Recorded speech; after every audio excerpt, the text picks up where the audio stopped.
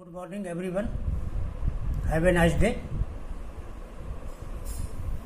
आज design of bolt connection by limited test method का एक एग्जाम्पल जो है, एक डिजाइन एग्जाम्पल जो है एक्सप्लेन करने जा रहा हूं। तो पहले क्वेश्चन देख लेते हैं कि डिजाइन एग्जाम्पल होते कैसे हैं। Design a lap joint to connect two plates of width 100 mm if thickness of one plate is 12 mm and the other is 10 mm। यानी दो प्लेटों को जिनकी चौड़ाई जो है 100 mm की है और जिसमें से एक की मोटाई 12 मिलीमीटर है, दूसरे की मोटाई 10 मिलीमीटर है, इसको आपस में लैप जोड़ से कनेक्ट करना है। Joint has to transfer a working load of 100 kilo newton, यानी इस जोड़ पर 100 किलो न्यूटन का वर्किंग लोड जो है ये आरोपित है। The plates are of FE 410 grade, यानी प्लेट्स जो है FE 410 ग्रेड की हैं। Use bearing type of bolt, bearing type of bolt का प्रयोग करते हुए करें। And draw the connection detail, और कनेक्शन के डिटेल जो है मैप के द्वारा या ड्रा करके उसको स्पष्ट करें कि हमारा कनेक्शन यानी जो जॉइंट है वो किस तरह का बन रहे हैं। तो स्टार्ट करते हैं इसका सॉल्यूशन। तो सॉल्यूशन के लिए पहले आप क्वेश्चन में कुछ बातें ढूंढ लें कि ये क्वेश्चन है किस तरह का। ये तो मैंने यहाँ बोल दिया कि ये डिजाइन एग्जाम्पल है। एक तो इसमें अच्छी बात यह है कि सबसे पहले या तो इसमें डिजाइन शब्द लिखा रहेगा। डिजाइन ना भी लिखा हो तो कुछ बातें देखिए। इसमें जॉइंट पर बल कितना लग रहा है ये बल दिया गया होगा, ये क्वेश्चन में ढूंढ लीजिए। यहाँ पर 100 किलो न्यूटन का बल दिया गया है, तो एक तो दिया हुआ बल होना चाहिए। दूसरे, जॉइंट में कितने रिवेट लगे हैं ये आपको पहले से पता नहीं होता। कौन सा रिवेट लगाया गया ये पहले से पता नहीं होता।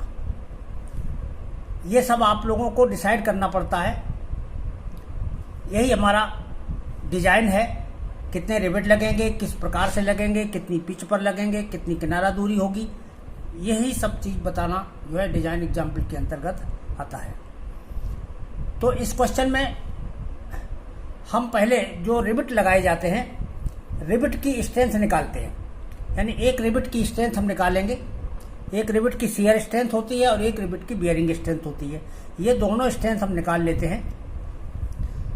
तो देखिए क्वेश्चन में जो दिए गए डाटा है उनके अनुसार हम कुछ डाटा यहाँ उतार लेते हैं। सबसे पहले सोल्यूशन स्टार्ट करते हुए using M16 bolt of grade 4.6, ये हमने एज्यूम कर लिया कि मान लीजिए कि हम 4.6 ग्रेड का M16 बोल्ट जो है यूज कर रहे हैं। ये बियरिंग टाइप ऑफ बोल्ट का ही ग्रेड होता है, यानी यही बोल्ट हमारे बियरिंग टाइप बोल्ट भी होते हैं।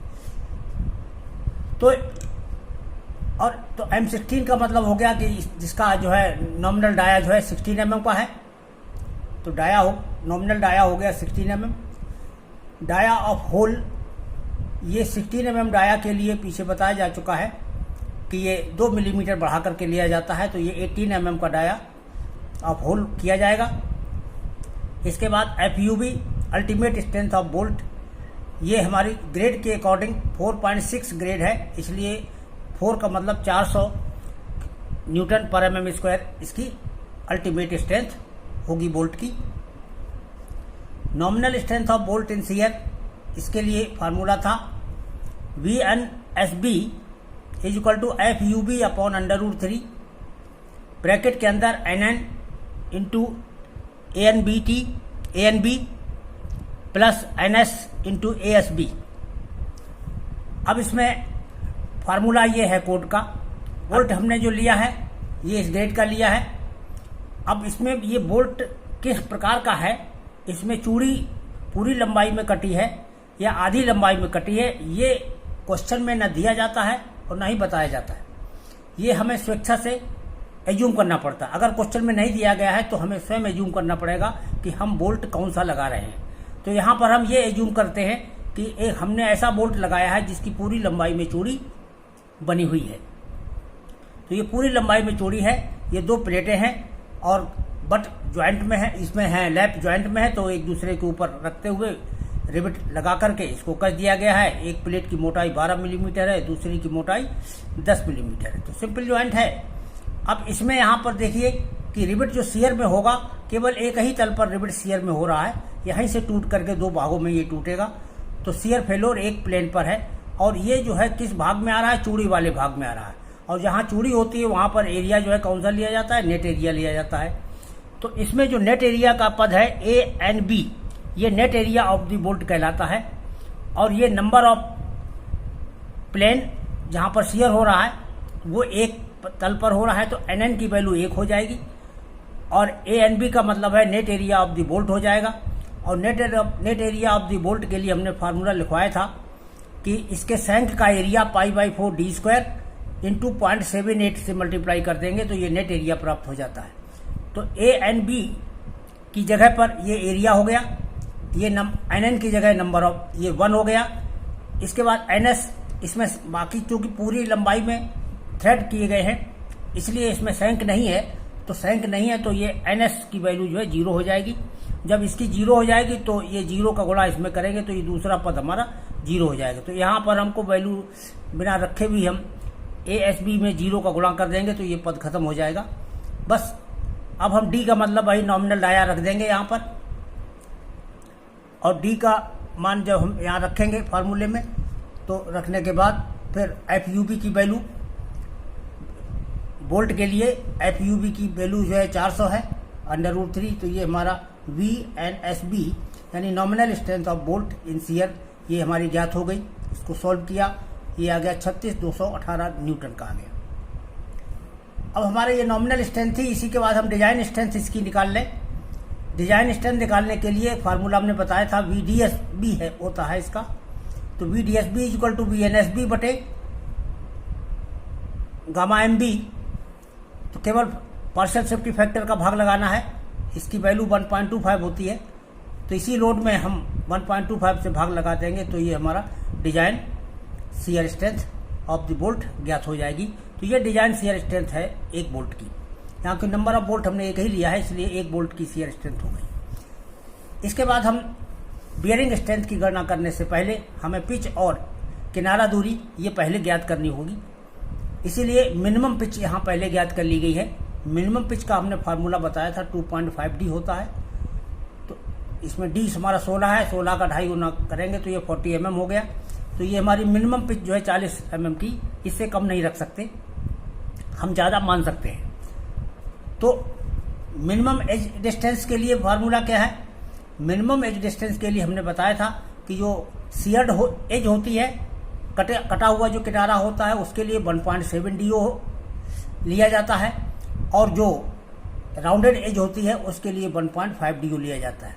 तो यहाँ पर हम, चूंकि प्रश्न में इस तरह का कोई उल्लेख नहीं किया गया है कि प्लेटें जो है उनके किनारे कटे हुए हैं या नेचुरल हैं, राउंडेड है, तो हमने यहाँ पर एज्यूम कर लिया कि लेट ये राउंडेड एज। तो राउंडेड एज मानते हुए हम राउंडेड एज के लिए 1.5 DO होता है। तो DO की वैल्यू 18 है, इसमें 1.5 का गुणा करेंगे तो 27 mm आ गया। अब ये देखिए यहाँ पर हमने बताया था 1.5 DO जो है ये मिनिमम वैल्यू होती है। किनारा दूरी इससे कम नहीं रखी जा सकती, इससे ज़्यादा रखनी चाहिए, इससे ज़्यादा कुछ फैक्टर ऑफ सेफ्टी या सेफ्टी साइड में बढ़ा करके ही लेना चाहिए। तो 27 mm के स्थान पर 30 mm हम रिकमेंड कर देते हैं। तो provide pitch of 40 mm, pitch तो हमने 40 mm ही ले लिया क्योंकि राउंड फिगर में थी, और एज डिस्टेंस जो है ये हमने 27 के स्थान पर 30 mm मान लिया। यानी कुछ बढ़ा करके हम मान सकते हैं, कम नहीं कर सकते एट एनी कॉस्ट। तो ई की वैल्यू इस तरह से हमने डिसाइड कर दी कि ई एज डिस्टेंस 30 mm ली जाएगी और पिच हमारी 40 mm ली जाएगी। इसके बाद स्ट्रेंथ इन बियरिंग। अब बियरिंग स्ट्रेंथ हम निकालेंगे। तो बियरिंग स्ट्रेंथ निकालने के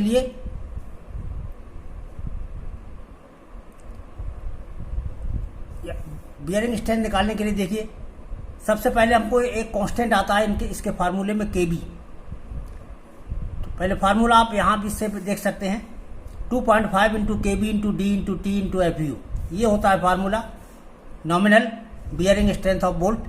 तो इसमें KB का गुणांक की वैल्यू हम पहले ही कैलकुलेट कर लेते हैं। उसी को ज्ञात करने के लिए KB is the list of E/3DO, दूसरी संख्या है P/3DO माइनस 0.25, तीसरी संख्या है FUB/FU, यानी ये बोल्ट की अल्टीमेट स्ट्रेंथ है और ये प्लेट की अल्टीमेट स्ट्रेंथ है, इन दोनों का अनुपात है, और चौथी संख्या है 1.0। इस तरह से ये 4 संख्याएं हमको प्राप्त होंगी, इनको गणना करेंगे। तो ई की वैल्यू जो हमने ऊपर निकाली है 30 वो रख लिया, पिच की वैल्यू 40 रख ली, इस पद को सॉल्व किया इतना आ गया, इस पद को सॉल्व किया ये आ गया, इसको सॉल्व किया ये आ गया, और ये 4 संख्याएं हमको प्राप्त हुई। इन चारों में अब हम देखते हैं कि कौन संख्या सबसे कम है। तो जो सबसे कम संख्या है ये 0.4907 आई है, इसलिए KB की वैल्यू जो है यही लीस्ट ऑफ दीज 4 क्वांटिटीज। तो KB की वैल्यू हमारी 0.4907 आ गई। तो KB हमने निकाल लिया। इसके बाद थिकनेस ऑफ थिनर प्लेट क्या होती है, क्योंकि यहाँ पर जो हमने जोड़ लिया है, इस जोड़ में 2 प्लेटें हैं, एक 12 की एक 10 की। तो बियरिंग स्ट्रेंथ जब भी निकालते हैं तो अगर दोनों प्लेटें भिन्न भिन्न मोटाई की हैं तो उनमें से पतली प्लेट की मोटाई ही फार्मूले में यूज की जाती है। अगर दोनों एक ही मोटाई की हैं तो कोई सी मोटाई यूज कर सकते हैं, लेकिन अगर कम ज़्यादा मोटाई की हैं तो पतली प्लेट की मोटाई ही यूज करेंगे। तो T = 10 हो जाएगा। तो ये हम 10 mm लिया जाएगा, और ये प्लेट की अल्टीमेट स्ट्रेंथ हमारी 410, ये क्वेश्चन में दी गई है कि जो प्लेट है उसकी अल्टीमेट स्ट्रेंथ Fe 410 ग्रेड का है, इसलिए उसकी अल्टीमेट स्ट्रेंथ 410 Nm² है। अब हम nominal bearing strength of the bolt का फार्मूला लिख लेते हैं, 2.5 × KB × D × T × FU। इसमें सारी वैल्यू रख दी। 2.5 KB का ऊपर से निकाल लिया है, D क्या है, नॉमिनल डाया है, T क्या है, थिकनेस ऑफ थिनर प्लेट है, और FU हमारा 410 है। बस इसको हमने सॉल्व किया। इसको सॉल्व करने से हमारी ये संख्या यहाँ पर आ जाएगी 80,475 न्यूटन। इतना न्यूटन जो है ये हमारी ये वैल्यू आ जाएगी। इसके बाद design bearing strength of bolt हम निकाल लेते हैं, और डिजाइन बियरिंग स्ट्रेंथ निकालने के लिए भाई नॉमिनल में पार्शियल सेफ्टी फैक्टर का केवल भाग लगाना है तो डिजाइन ज्ञात हो जाता है। तो इसमें 1.25 से और भाग लगा लीजिए, 80,475 में 1.25 से भाग लगाएंगे तो ये हमारी डिजाइन बियरिंग स्ट्रेंथ हमारी ये प्राप्त हो जाती है। तो इस तरह से डिजाइन बियरिंग स्ट्रेंथ प्राप्त हो गई, डिजाइन शियरिंग स्ट्रेंथ प्राप्त हो गई। अब इसके बाद आता है design strength of M16 bolt, यानी जो ये बोल्ट हमने लिया है उसकी डिजाइन स्ट्रेंथ क्या है। डिजाइन स्ट्रेंथ यानी बोल्ट की स्ट्रेंथ क्या है, बोल्ट की सामर्थ्य क्या है। इसी को लिए एक शब्द और प्रयोग किया जाता है, बोल्ट वैल्यू। जैसे रिबिट होता था तो रिबिट के केस में रिबिट वैल्यू यूज किया जाता था, तो यहाँ पर बोल्ट प्रयोग किया जा रहा है, इसलिए बोल्ट वैल्यू इसको कहते हैं, यानी एक बोल्ट की सामर्थ्य, इसी को कहते हैं बोल्ट वैल्यू। ये बराबर होता है लीस्ट ऑफ VDSB यानी डिजाइन शियर स्ट्रेंथ और डिजाइन बियरिंग स्ट्रेंथ और बोल्ट में से जो दोनों में से कम हो, यानी लीस्ट ऑफ, उसी को ले लिया जाता है। यहाँ हम दोनों को कंपेयर करेंगे। ये डिजाइन वाला तो हमारा ये 64,380 है, और डिजाइन बियरिंग वाला और डिजाइन शियर वाला अभी आपने निकाला था ऊपर, डिजाइन शियरिंग वाला 28,974 है। तो जो दोनों में कम है वही 28,974 वाला है। तो यही हमारी बोल्ट की स्ट्रेंथ हो गई या बोल्ट की वैल्यू हो गई, इतना न्यूटन। तो इस तरह से बोल्ट वैल्यू हमने यहाँ पर ज्ञात कर ली। बोल्ट वैल्यू जब हमने ज्ञात कर ली, इसका मतलब एक बोल्ट हमारा इतना बल ले सकता है। बोल्ट वैल्यू का अर्थ है कि एक बोल्ट के ऊपर अधिक से अधिक इतना बल आ सकता है। अब देखिए ज्वाइंट में कि जो इस तरह के क्वेश्चन की जो सबसे पहली कंडीशन थी कि जोड़ पर जितना बल लगाया जा रहा है वो बल जरूर दिया गया होगा। तो इस क्वेश्चन में जो है वर्किंग लोड ये दिया हुआ है 100 किलो न्यूटन का। तो वर्किंग लोड 100 किलो न्यूटन का दिया हुआ है।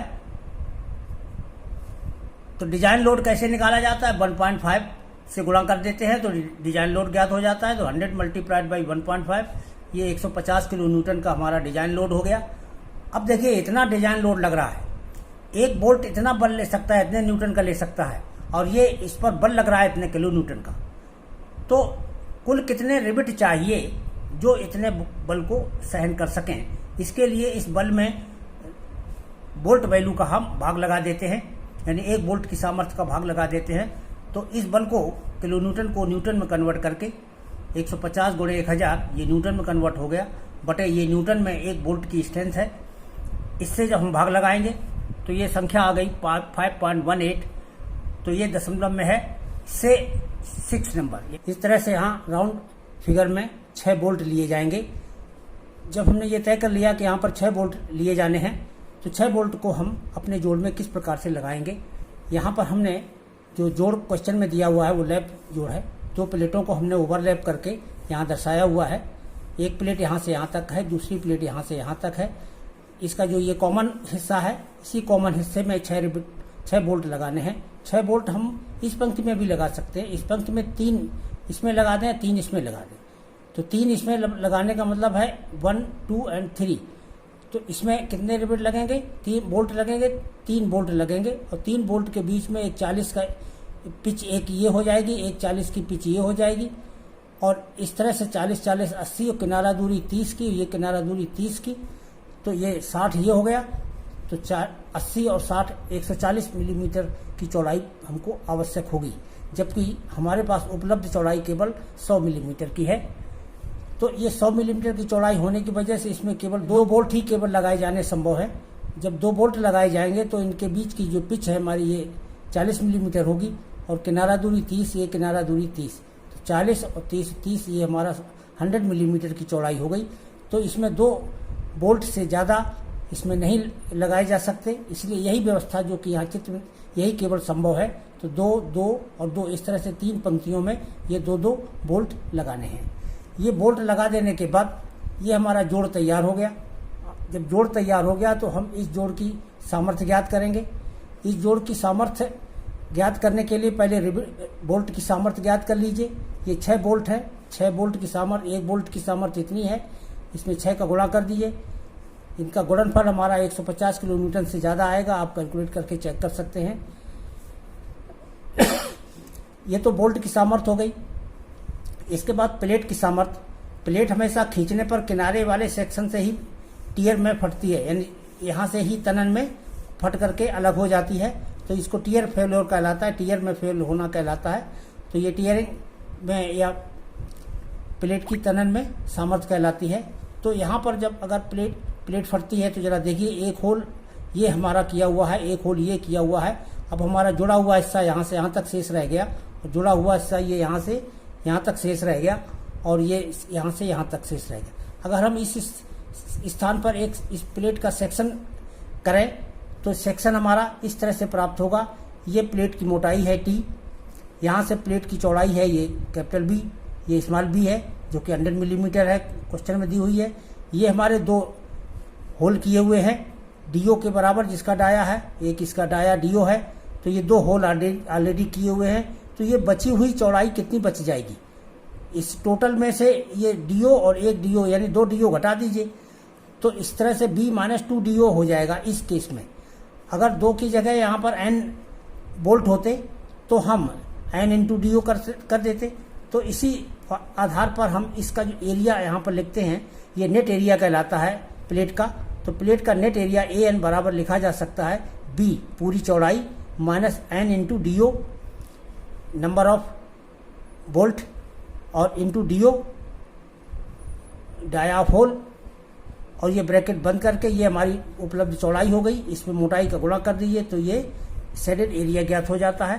तो इस तरह से ये net area of the plate हुआ।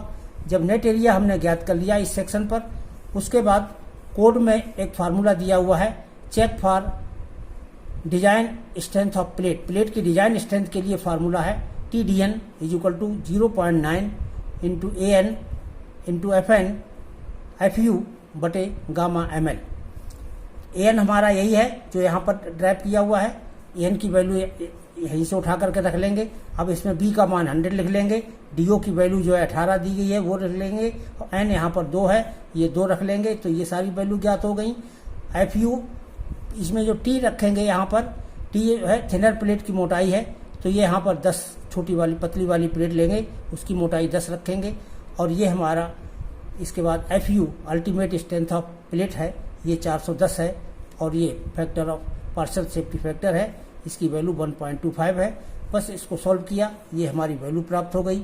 इस तरह से ये 188 किलो न्यूटन आती है, जो कि 150 किलो न्यूटन से ज़्यादा है। इसका मतलब ये प्लेट टियर में सुरक्षित है, यानी इतना बल इसके ऊपर आसानी से लगाया जा सकता है। जो कि बोल्ट की सामर्थ्य भी 150 से ज़्यादा हो गई और प्लेट की भी सामर्थ्य 150 से ज़्यादा हो गई। हमें ऐसा ही जोड़ बनाने के लिए कहा गया था जो 150 का बल आसानी से वहन कर सके। तो प्लेट की जो भी यानी जोड़ की जो भी सामर्थ्य है, एक तो प्लेट की ये तनन सामर्थ्य जो कि TDN होती है, ये भी ज़्यादा होनी चाहिए, और जो बोल्ट की जो शियर स्ट्रेंथ है वो भी ज़्यादा होनी चाहिए, बोल्ट की बेयरिंग स्ट्रेंथ वो भी ज़्यादा होनी चाहिए। इस तरह से हम शियर स्ट्रेंथ अलग से भी 6 बोल्ट की निकाल सकते हैं और 6 बोल्ट की बियरिंग स्ट्रेंथ भी निकाल सकते हैं। और दोनों बोल्ट की जो बियरिंग स्ट्रेंथ निकालने के बाद उन तीनों को कंपेयर करके, यानी तीनों स्ट्रेंथ हमारी 150 किलो न्यूटन से ज़्यादा होनी चाहिए। यही हमारे जोड़ का बेसिक प्रिंसिपल होता है कि जोड़ हम ऐसा बनाएं जो दिए हुए बल से ज़्यादा सामर्थ्य रखता हो। तो इस तरह से ये क्वेश्चन हमारा कंप्लीट हुआ।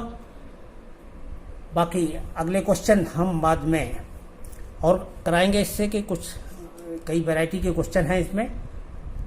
तो वेट अगले वीडियो तक। Thank you.